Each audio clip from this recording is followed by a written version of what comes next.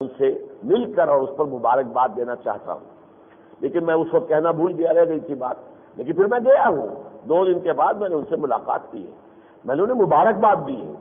کہنے کس بات کی مبارکباد؟ میں نے کہا میرے لیے تو یہ بہت بڑا واقعہ ہے کہ آپ نے طالبان کی سپورٹ میں بیان دیا، اور یہ میرے نزدیک تو ایک بہت اہم واقعہ ہے۔ بہت سی چیزیں ہوتی ہیں بظاہر بڑی چھوٹی ہوتی ہیں، معنویت ان کی بہت زیادہ ہوتی ہے۔ ظاہر بات ہے بہت بڑے دانشور ہیں، اور دانشور وہ ہیں کہ جو پھر علامہ اقبال کے فرزند ہونے کے ناطے ان کا ایک خاص مقام ہے۔ تو آپ نے یہ بات کہی ہے کہ جو عام حالات میں عام شخص جو ہے وہ اس کی توقع نہیں کر سکتا آپ سے کہ ایسے کٹر اور تنگ ذہن جن کو کہا جاتا ہے ان لوگوں کی آپ نے ایسی تائید کی ہے۔ تو یہ اسلام جو ہے در حقیقت گویا کہ وہ بالا کر آ گیا نا ہر چیز کے، اسلام کے حوالے سے بات کی۔ چنانچہ اس پر پھر میں نے یہ بھی کہا کہ نوائے وقت نے جو شذرہ لکھا میں اس کی 100% تائید کرتا ہوں۔ نوائے وقت نے شذرہ لکھا، بڑا اچھا لکھا کہ واقعتاً اگر جاوید اقبال صاحب کا یہ مسئلہ تو اب انہیں پاکستان میں اسلام کے نفاذ کے لیے اب خود میدان میں اترنا چاہیے۔ ٹھیک ہے، اگر واقعتاً پسر اقبال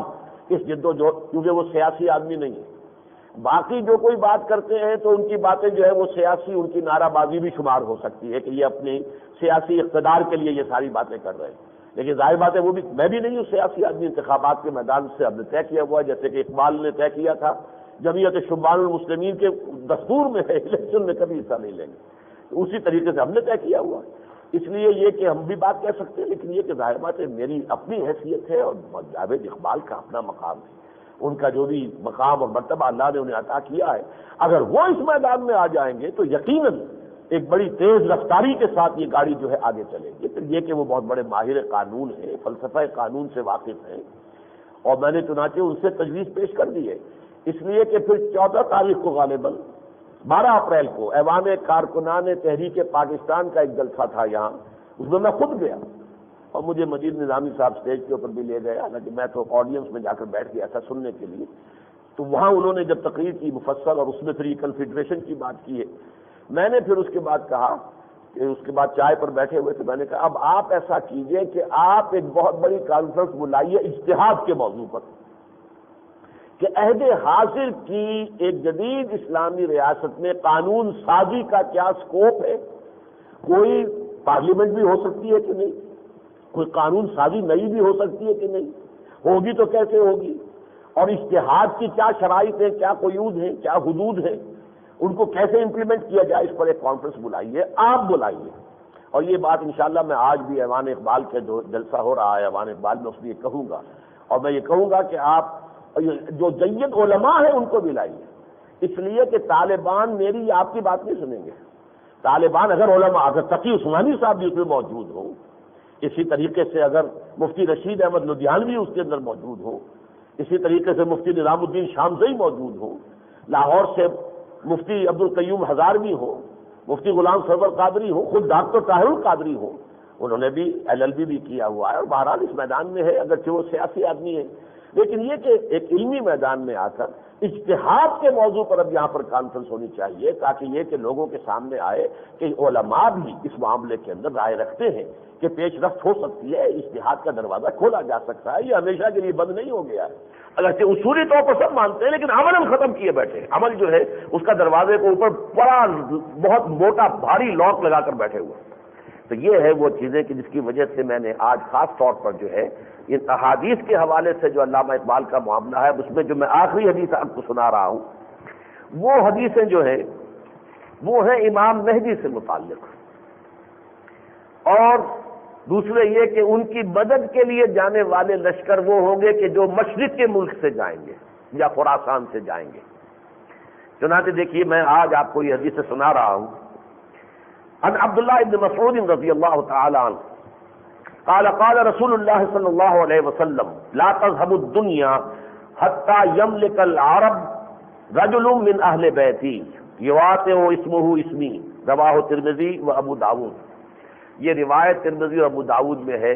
حضور نے فرمایا دنیا ختم نہیں ہوگی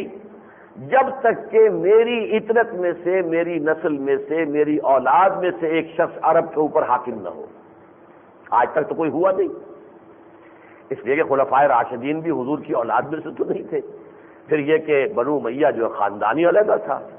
بنو عباس جو ہے وہ حضرت عباس کی نسل سے ہیں، حضور سے تو نہیں،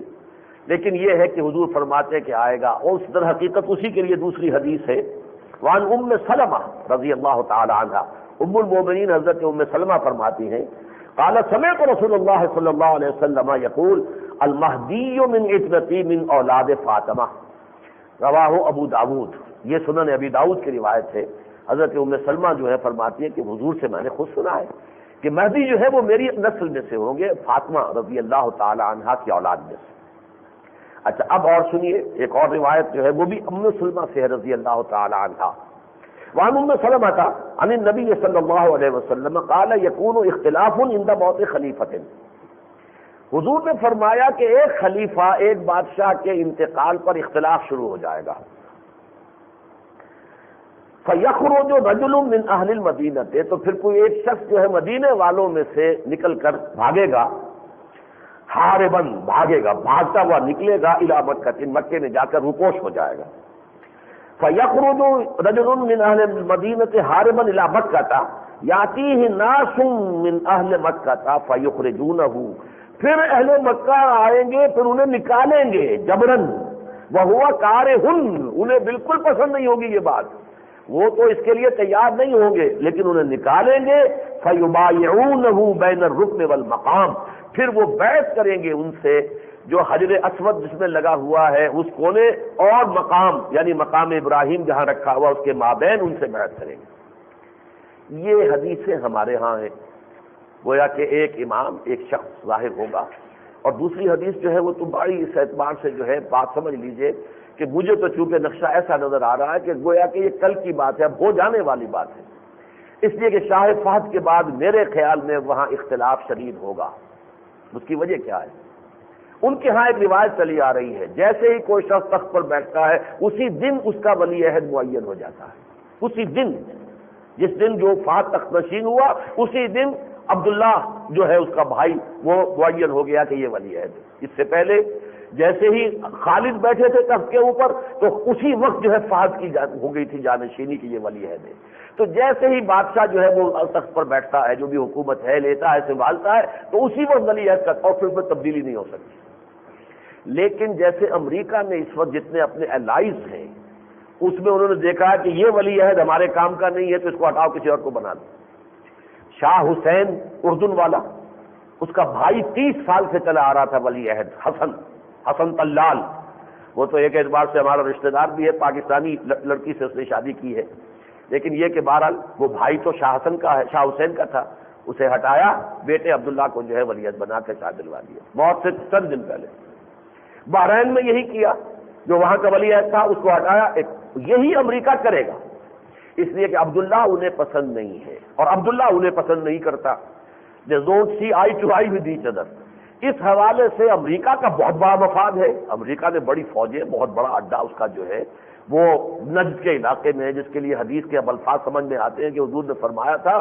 نجد سے شیطان کا سینگ ظاہر ہوگا۔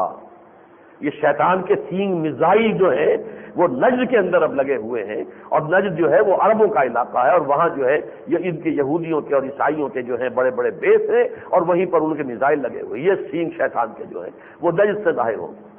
اس حوالے سے انہوں نے آخری وقت میں کوئی تبدیلی کی کوشش کرنی ہے اور خانہ جنگی کوئی ہو جائے گی، اس لیے کہ امیر عبداللہ کا پاس کنٹرول ہے حرس الوطنی، الحرس الوطنی، نیشنل گارڈز جو خالص بیڈوئن فورس ہے، اس کے کمانڈر ان چیف عبداللہ ہے۔ ریگولر آرمی کا کمانڈر ان چیف علیحدہ ہے، لیکن جو خاص بیڈوئن فورس ہے، ان کی اصل بدوی جو قوت ہے، اس کے کمانڈر ان چیف عبداللہ ہے۔ جھگڑا ہوگا تو پھر ایسا میں محسوس کر رہا ہوں، میرا گمان ہے